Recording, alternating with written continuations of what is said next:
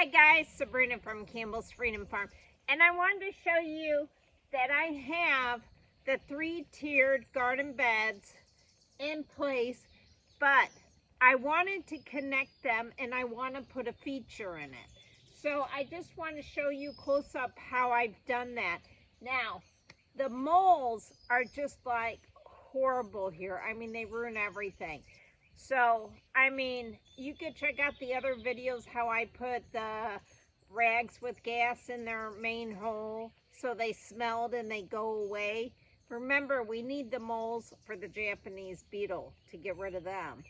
But I put chicken wire with the landscape fabric, and they can't seem to get into that. They can't go up. So I want to show you that. So I'm just going to kind of hold you, but I'm going to hold the camera and show you.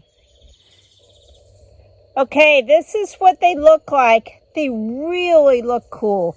Now, what I did is I just connected these two with this, and this is what I want to put back in there. So I'll have some plant that droops over, maybe the African basil again. That really brings in the pollinators. Now, to do that, I want to raise that planter, so I got a cinder block. Now, the cinder block, you want the holes this way so this planter could drain. And now, what did I fill it with? All these. So, I don't believe in throwing logs into your garden beds because I've had termites twice. They bring termites. They also change the soil as it decomposes. So what I do is I do a mixture on the bottom of the 2 tall ones with rock and soil. I mix it in. It takes a lot of space. The roots could go all the way down. And it also keeps it from ever being saturated with water.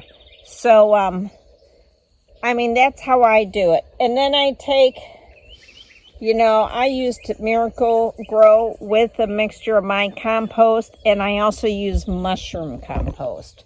So, let me show you how this container fits in there. I have to say, the large urn really tied everything together. I mean, this is going to be a gorgeous garden.